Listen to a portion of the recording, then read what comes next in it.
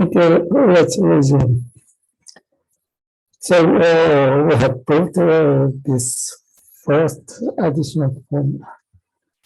The second and the third are proved completely in the similar way. What we have to use is just the second and the third relations here. If we apply the same specialization to this formula, we obtain this A2.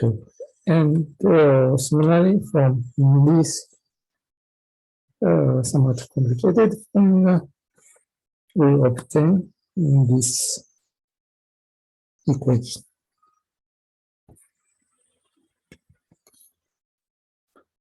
Okay, this is Jacobi's theta relations and addition formula.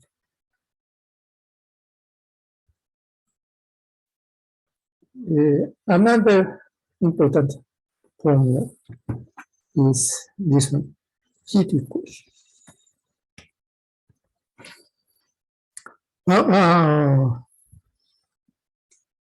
We call that what we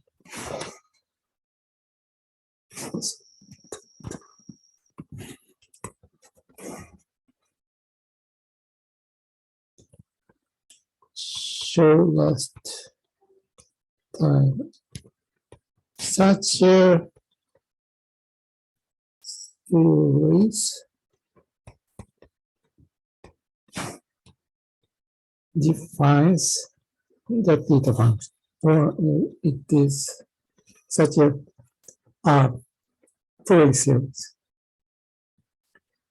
and it converges uniformly on every complex set. So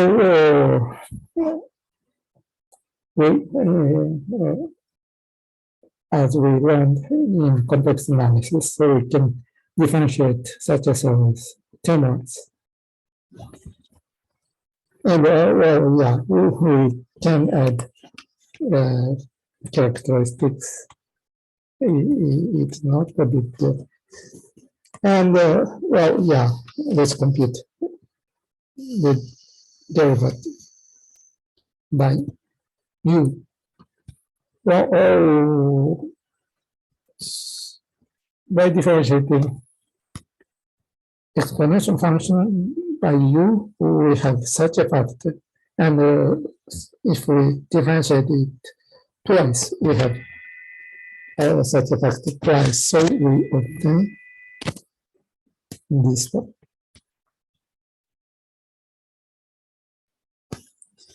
Similarly, if we differentiate this term by tau, then we obtain such a part. And these parts are equal.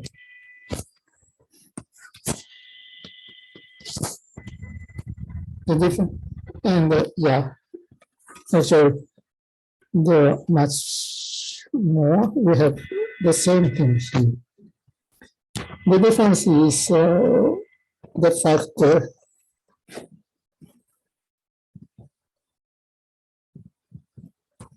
here.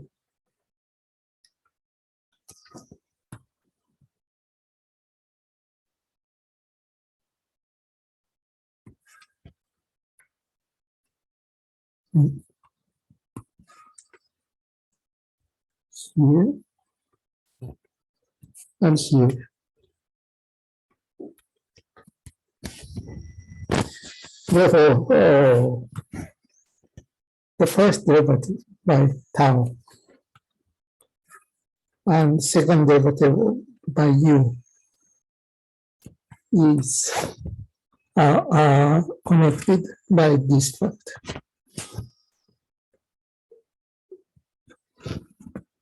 And actually, for real variables, if we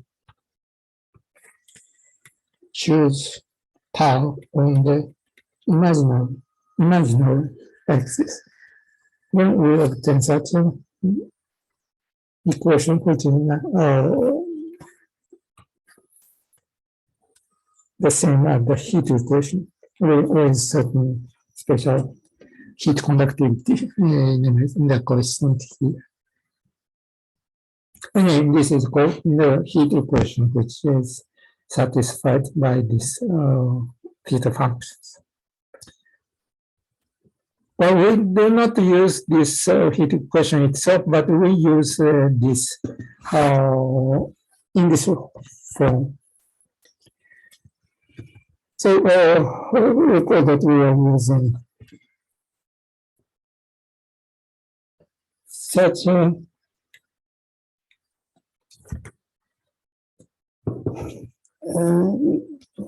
notation. And so as I told you, theta1 itself is 0, but the derivative is not 0. So we denote it by theta1 prime.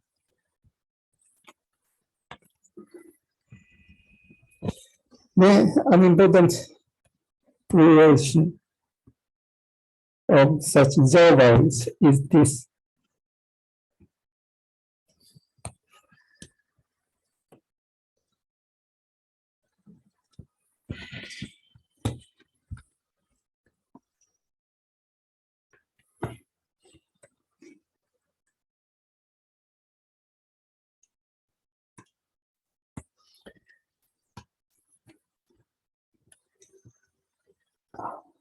How can we prove this? Well, first, let's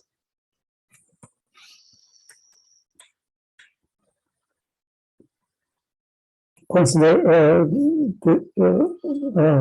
Jacobi's declaration. This one.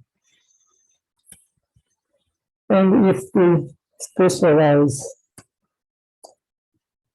in this way, yeah. You see,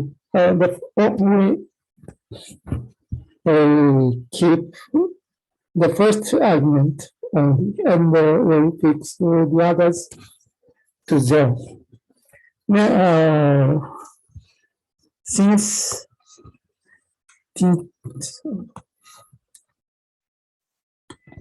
theta11 of 0 is 0,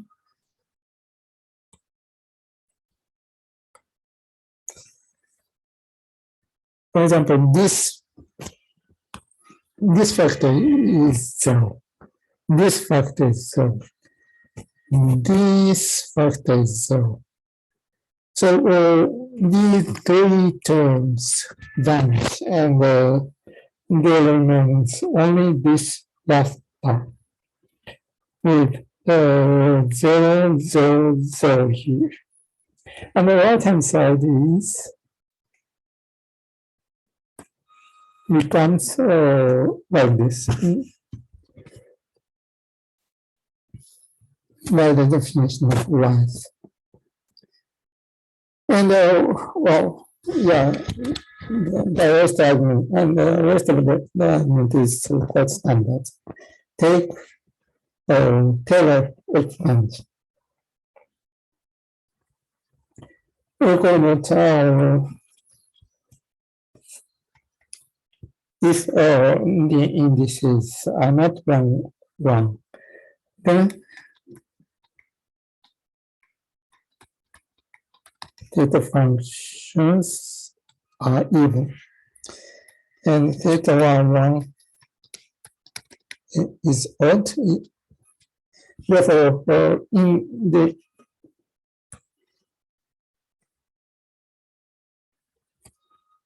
the expansion of theta KL with such indices, we have only even powers. On the other hand, in the expansion of theta1, we have only odd powers of x. And the coefficients are, well, yeah, this is an exercise for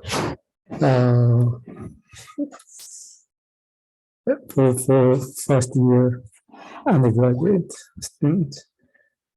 They are like this. Well, let's substitute them in this equation. Then, you see, both sides are both functions.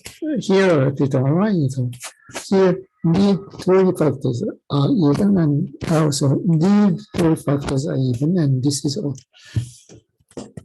So we have only odd powers of x, and first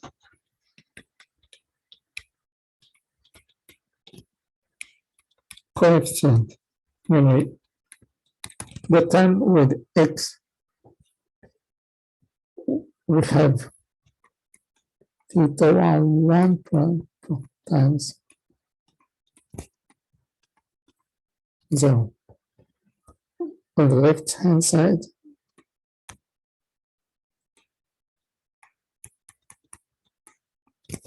and right hand side, we have 2 times theta 1 prime times 1 over 2 because of this element. And the rest is just the constant terms of these functions. So this is an identity for n x. This is trivial. But coefficients of the cubic term give a non-trivial relation.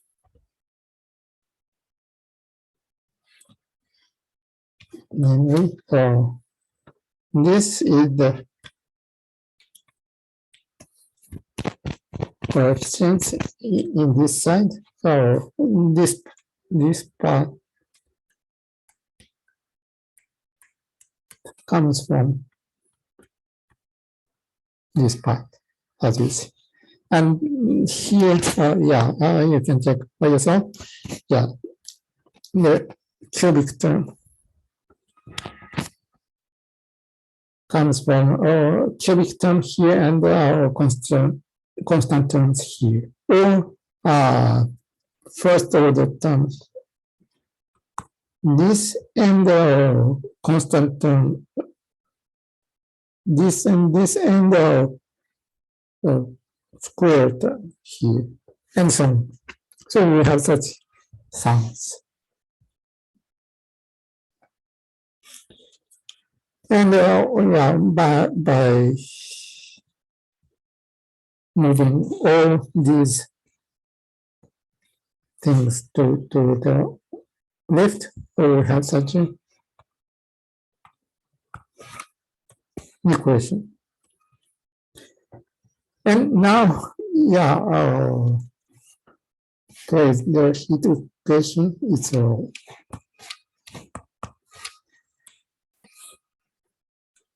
you see, we have such an equation, and by putting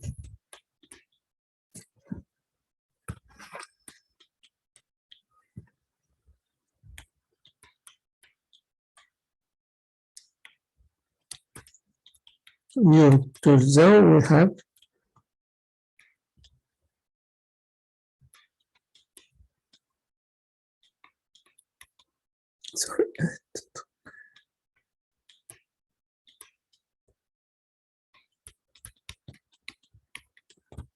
it's equal to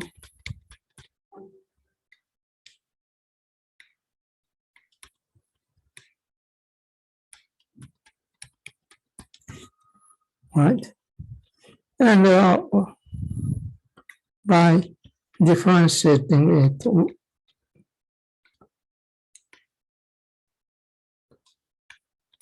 once more by u, we have, and yeah, this is for just for this case, we have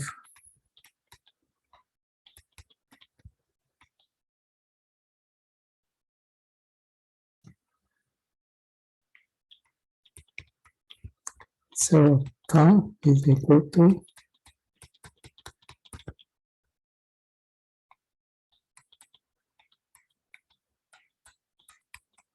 this.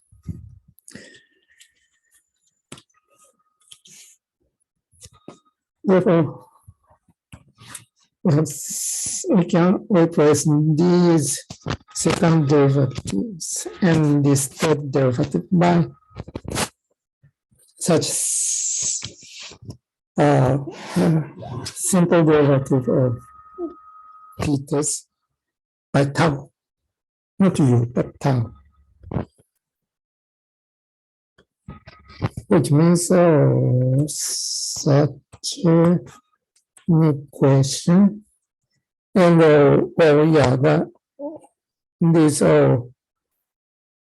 right hand side is just a logarithmic derivative. What does this mean? This means that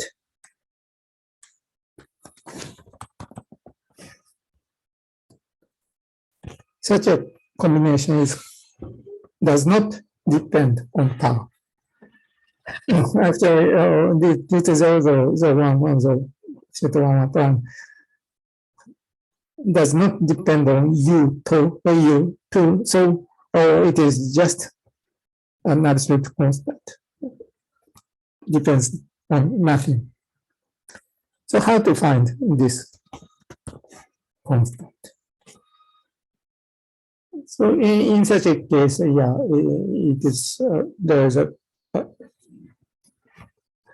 very standard argument. Just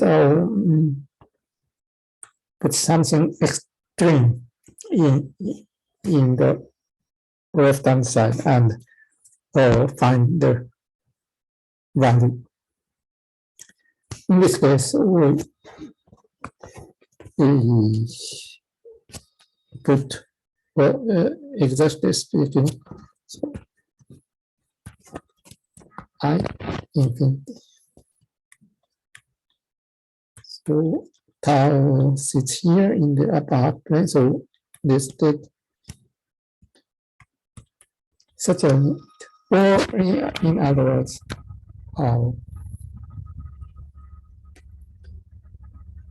if we use such a variable, this is just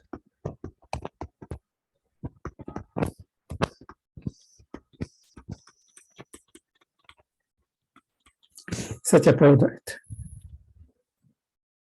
And if imaginary part diverges, since this first factor has always modulus 1, it goes to 0. So let's use this variable. First, we call that theta 0, 0, or just theta function is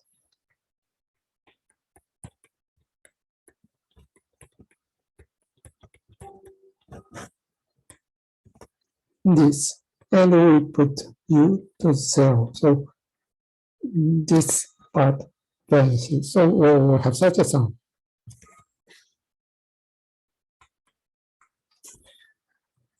Namely, this is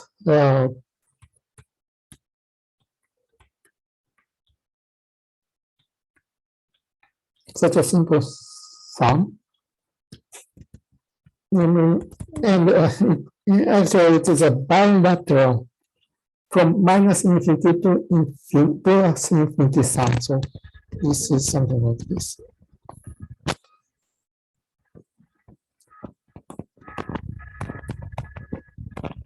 So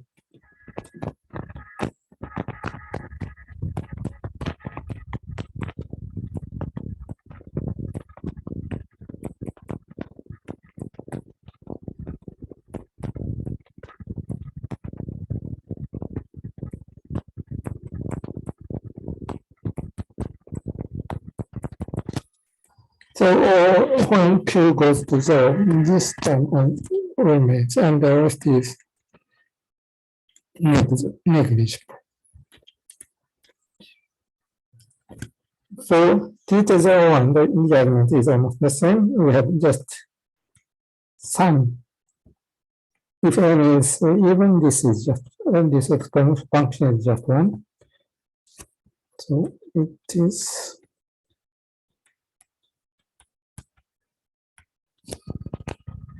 and the dominating term is again 1.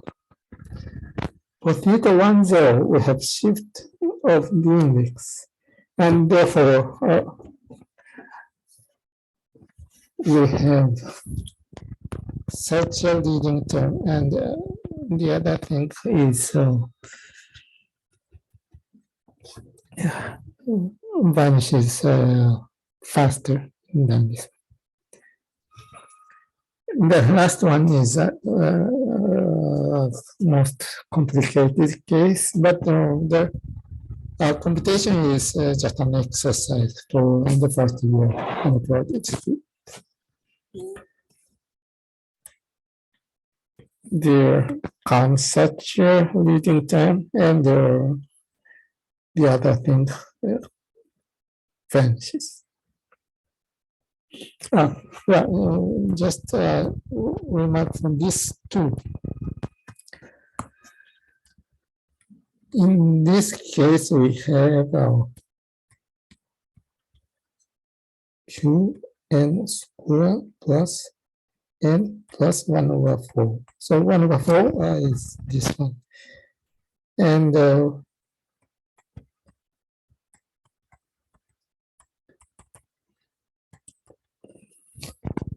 when n is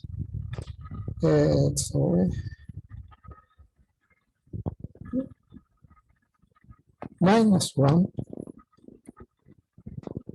this n squared plus n is 0, so we have 1 here. When n is 0, again we have 1 here.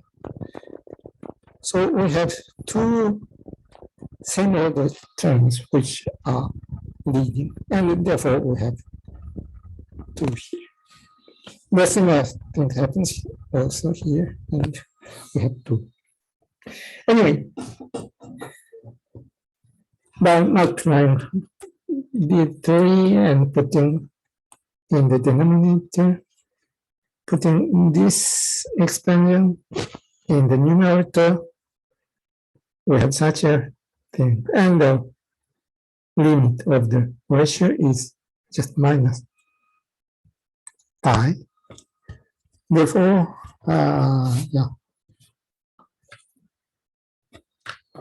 we have also this pi, because as we know, this relation is a constant. We have just computed this constant, and this is pi. Therefore, we obtained this Jacobi's derivative formula. Okay.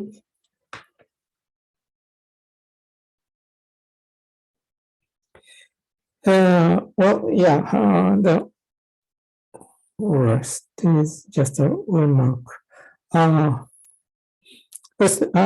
Theta functions is important not only for elliptic functions, but in many other branches of mathematics and physics. They play very important roles. For example, theta functions appear in, of course, algebraic geometry.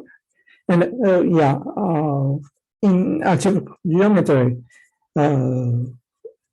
multivariable theta functions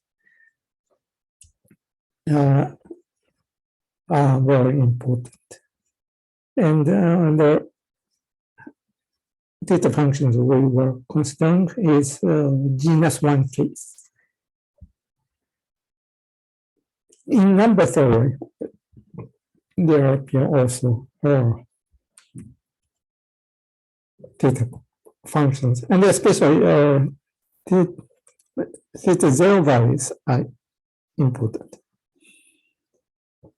because you see it has such an expansions, and for example, in this case, for example, yeah, theta 0, 4, I think, is some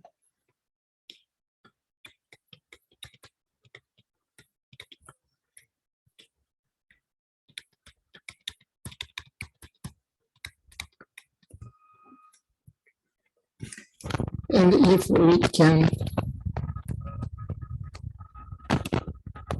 represent this function of Q,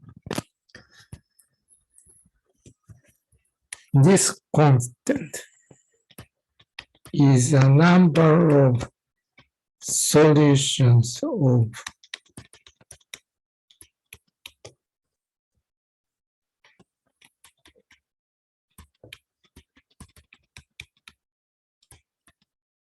different equation of this type.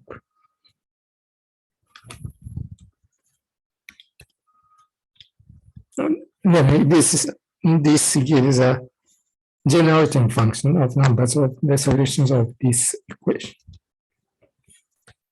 Well, this is probably the simplest appearance of theta functions in number theory. There are many other applications of theta functions in number theory, but sorry, I'm not an expert in number theory. Another appearance of theta functions is in the representation theory of, for example, in this infinite dimensional D algebra, like Kac-Moody algebras, and so-called characters are expressed in terms of theta functions. In mathematical physics, they also appear as some generating functions, and yeah. For example, in the solution of heat equations, it appears as fundamental solutions for certain boundary conditions. And well, yeah, if you know string theory in elementary particle physics, theta function also plays an important role as which is related to elliptic curves, and so on. And well, in the theory of elliptic functions, it is very fundamental.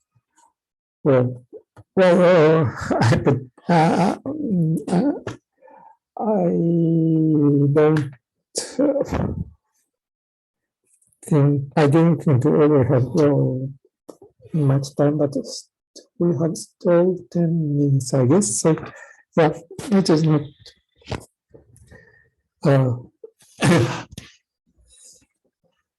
very complicated term, so let me explain.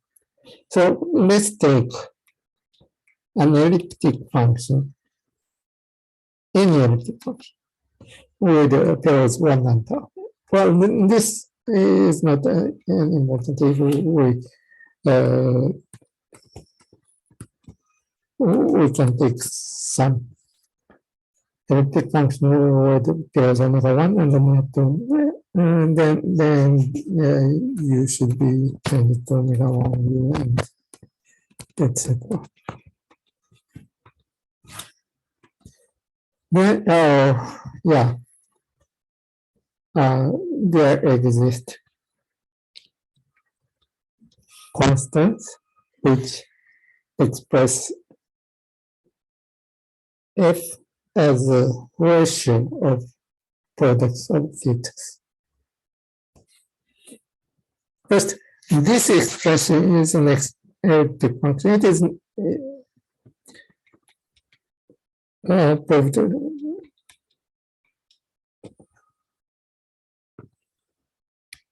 like this. Well, theta 1, 1 u plus 1 is minus theta 1, 1 u. So if we add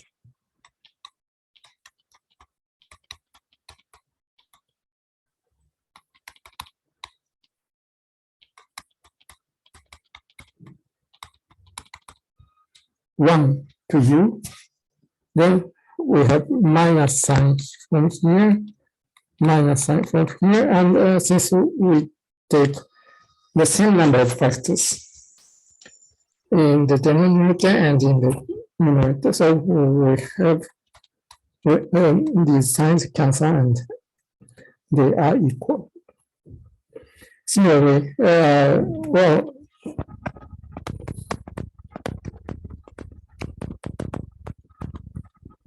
this factor is a little bit more complicated, but the argument is the same. F has a pure tau.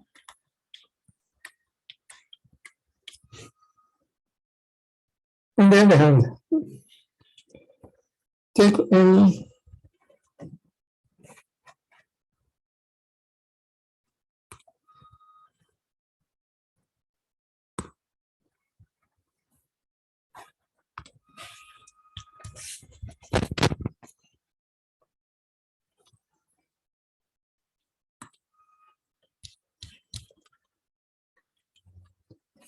elliptic function. Then,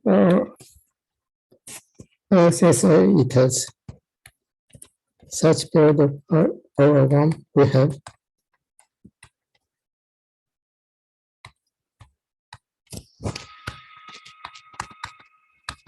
zeros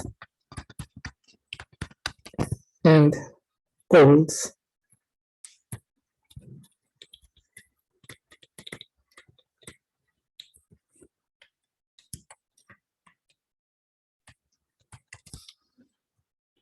And number of zeros is equal to the number of poles, as we proved 3 weeks ago. This is general theory for elliptic function.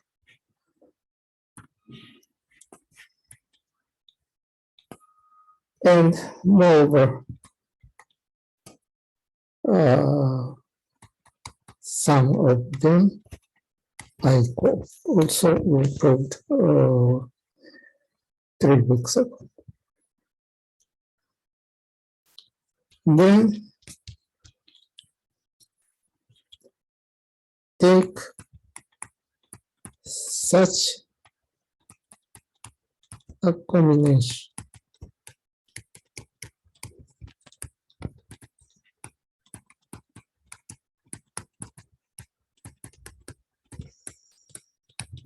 This is an elliptic function. As I already proved, this is elliptic function. This is elliptic function. So this product is elliptic function, and this has no poles and also no zones because poles cancel with each other. So this is constant by Newell's theorem.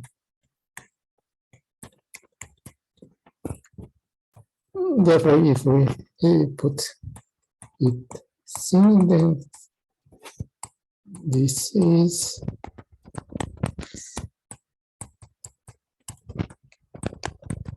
this. So this function is a building block of an elliptic function. Okay, today, yeah, let's stop here. And if there are any questions or comments?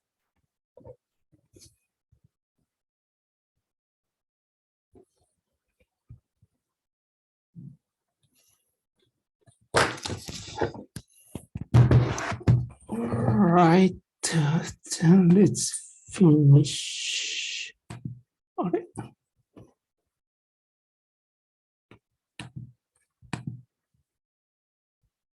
Just a minute.